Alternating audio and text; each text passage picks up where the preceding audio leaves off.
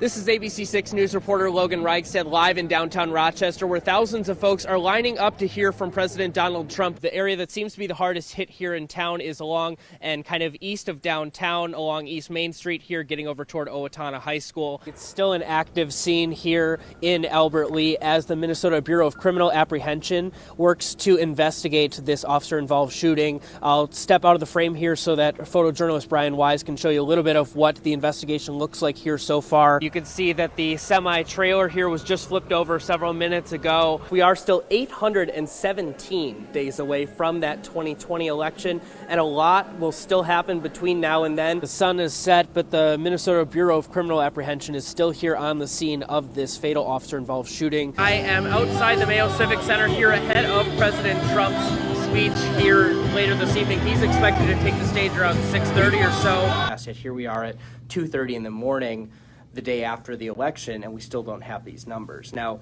I've talked to an election official here to try to get an answer to that question, and right now it sounds like there have been some discrepancies in terms of some of the numbers that were run through. It sounds like they've got it all figured out. The Iowa State Patrol tells me 2 people were killed earlier today when an SUV and train collided here at this intersection. I'll turn it around so you can take a look at this intersection here.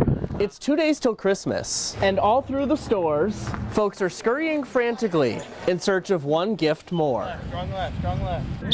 A warrior is a fighter. Tight end and the strong side guard stay back and pass block. In the case of the Rudd Rockford Marble Rock Warriors, the big fight this year was with Mother Nature. It was quite the scene on that morning when we came over here. We lost 30 trees, so we had big initial cleanup. That cleanup a result of a severe storm that brought 75-mile-per-hour wind gusts right through the heart of Rockford on June 9th, uprooting trees, blowing bleachers into fences, and destroying a concession stand. As the days went on, we kind of figured out what we wanted to do, how we wanted to rebuild, the things that we wanted to put back up, and so let's say a few days after the storm hit, the picture became a lot clearer for all of us. The damage forced the baseball and softball teams to finish their season on the road, but the district was determined to start the football season on its own turf. The light for football here that collapsed on our shed, that's why our shed went every which way, and then one of our softball lights was damaged too, and they just got here earlier today, worked all day, and got both of those lights done, and so we're ready to go tomorrow night. And while the debris has been hauled away, I would say we're probably at 70% or so. We have a long ways to go still, but I think that's something we can do pretty quickly here. The project's in motion. We're getting architects to help us out with it, so that part of it I think we're going to get done hopefully over the winter, maybe in the spring. We want to make sure what we replace, we do it right.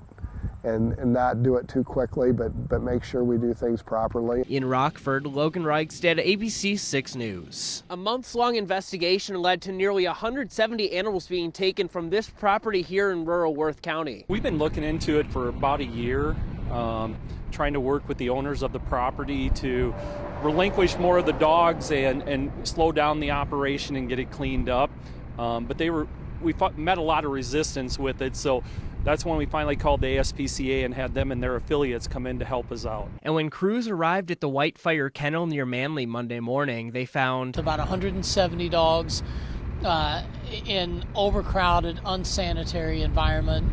A number of the animals are not receiving adequate medical care and just general care across the board. Those conditions led the team of around 60 people to load the dogs up and take them to a temporary shelter. The ASPCA set up an emergency shelter to get these animals from this property into a shelter environment where we have sheltering experts, medical experts, and behaviorists who will start taking care of these guys around the clock, trying to get them healthy, and then we have to resolve ownership ultimately through court. It's not the first sign of trouble. The State Department of Agriculture visited the kennel 4 times since April of this year, and all 4 times gave it a failing grade, citing a lack of water and proper grooming, as well as having only 1 worker to care for all the animals. We've had a deputy out here just about on a once a week, if not once a month basis, just double checking, seeing what the welfare, see if there was improvements made, trying to work with the Humane Society to relinquish some of the animals to them. As for what's ahead for the around 170 Samoyeds, ultimately, once we're at a point where we can place the dogs, we'll determine what options are available and what's best for these dogs. Right now we're really just focused on getting these animals off of this property and into a safe environment. There's a lot of good operations out there, but there's also these.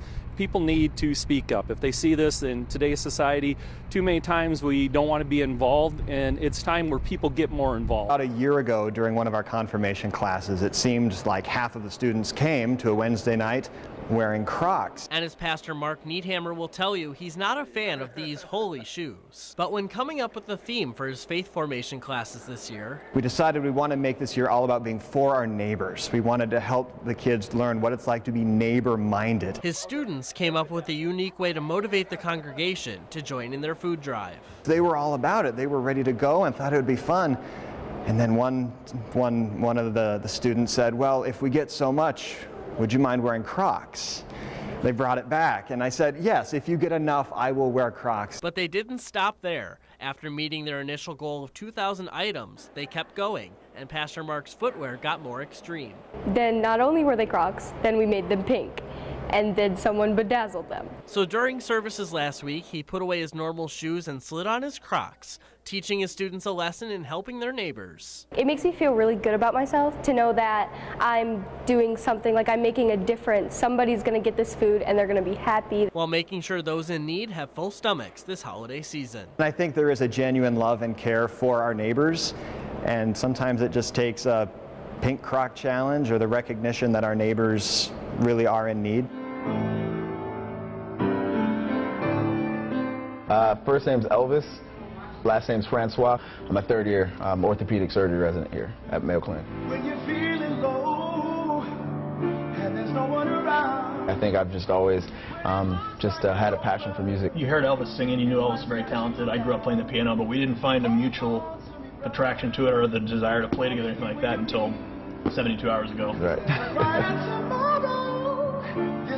Mike Young is a sensational performer. He wrote a song called All Right, and I heard the song last week, and the lyrics are very simple. Everything's going to be all right. And as soon as I heard it, it spoke to me personally, and I just felt like it was something that would be great to sing, to just give people a little bit of hope.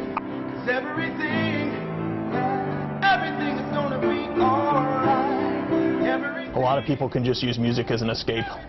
So especially at a place like this, their thoughts are consumed with sickness, tragedy, and if music can take you to a joyful place spiritually, emotionally, then that's a gift that I can give someone. It's a gift that Dr. Francois can give someone. The most impactful thing has been patients across the country, different healthcare providers sending Dr. Robinson and I messages and emails saying how much it's impacted them. The most simple thing you can do is to give someone a bit of hope and telling them that today is a bit rough, it may be tough, but tomorrow things will be okay.